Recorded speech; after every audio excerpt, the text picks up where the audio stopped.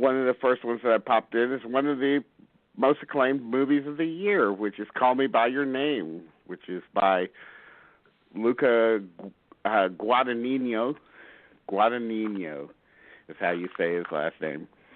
And it's written, of course, by James Ivory, the legendary director and screenwriter.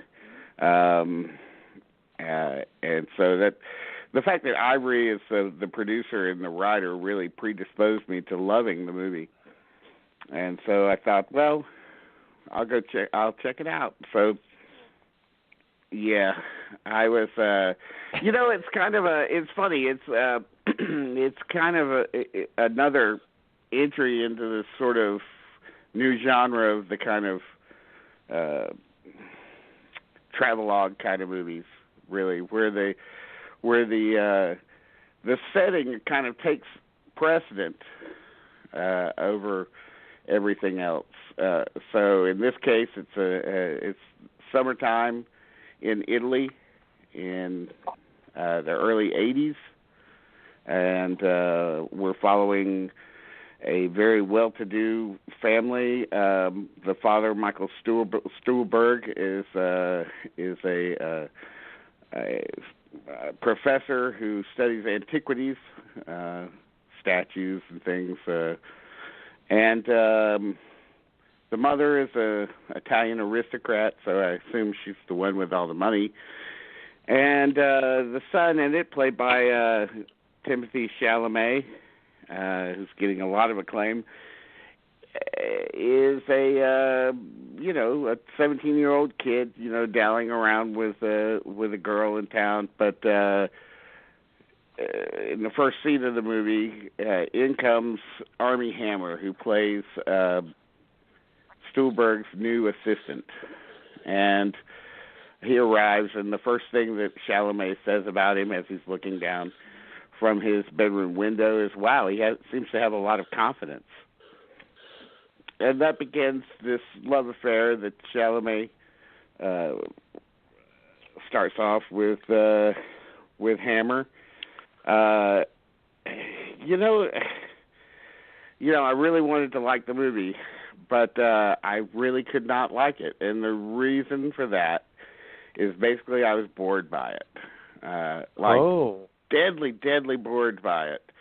I did not feel the love between these two characters. Now, let me mention another movie, another gay-themed movie that I think does demonstrate the love between the two main characters. That is Blue is the Warmest Color, where you get to know both of those people. They're interesting. They're funny. They're good together. They have great sex, and the movie is very well made and very well observed. Extremely entertaining all the way through. I know that some people might say that about this one too, but I personally did not feel the love between them. I felt a sense of lust, I guess, but I didn't really feel like they really had any kind of intellectual or emotional connection, other than this being, Chalamet's, I guess, first love affair, or at least first gay love affair. And I was just deadly bored by it. I was like, when is something going to happen in this? When is there going to be some real drama besides whether they're going to fuck or not, which is pretty inevitable they're going to. So I didn't really feel like that was anything to hang my hat on or anything. It's really just, a series of, lunch table meetings and,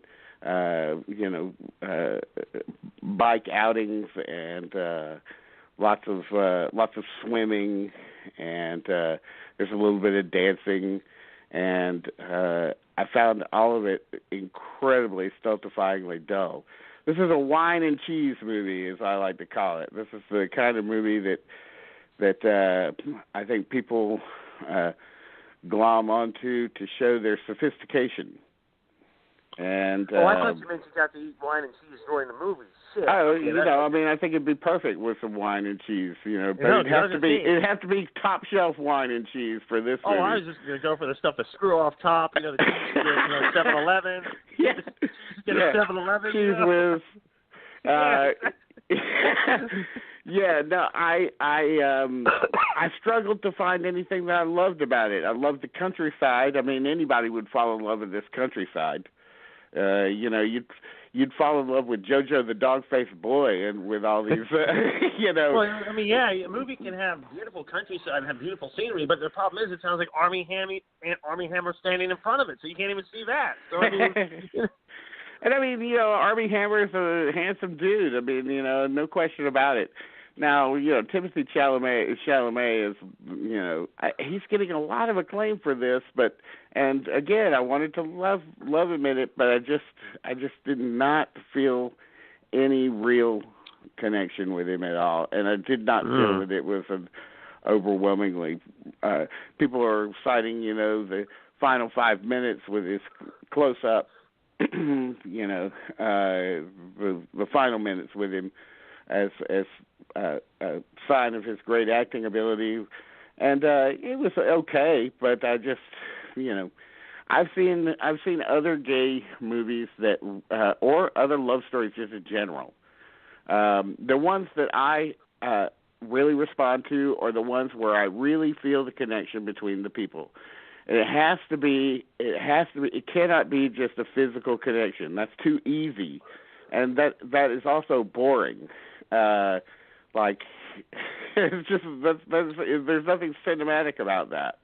Unless, you're making a porn movie or something. I don't know. But, don't knock my hobbies.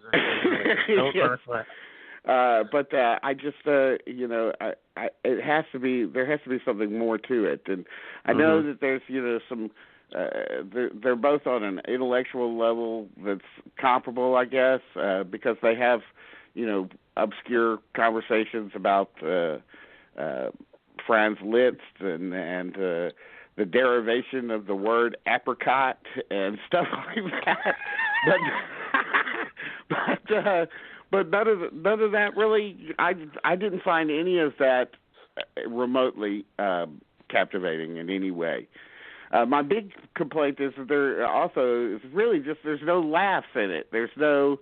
If this is supposed to be a wonderful time for both of them, and they're so well suited to each other as an okay monologue at the end with Michael Stuhlbarg. He kind of illuminates that, that monologue at the end is maybe adds the most interesting aspect of the movie, but I'll let you discover that for yourself when you see it. But other than that, the only thing that I really could connect with in the movie was the beauty of the countryside. Not even the way that it was photographed. I do like the photographer, but I question some of the directorial and photographic choices in this. There's scenes that are out of focus for a really long time, I assume for some reason that I couldn't really figure out. And I did like the music in it. The songs by Sufjan Stevens were good, and the music choices in general, whether they're source music or they're which is mostly classical. Although there's some pop songs in there, and the score itself, I thought was very good. But that was it for me. That was a major disappointment for me. I know I'm the outlier here. I don't. That's all right. That's okay. There's nothing wrong with that. There's nothing wrong with that at all. I mean, don't be silly. I prefer Blue is the Warmest Color, or something like Beautiful Thing, or even Brokeback Mountain. As far as gay themed love stories go.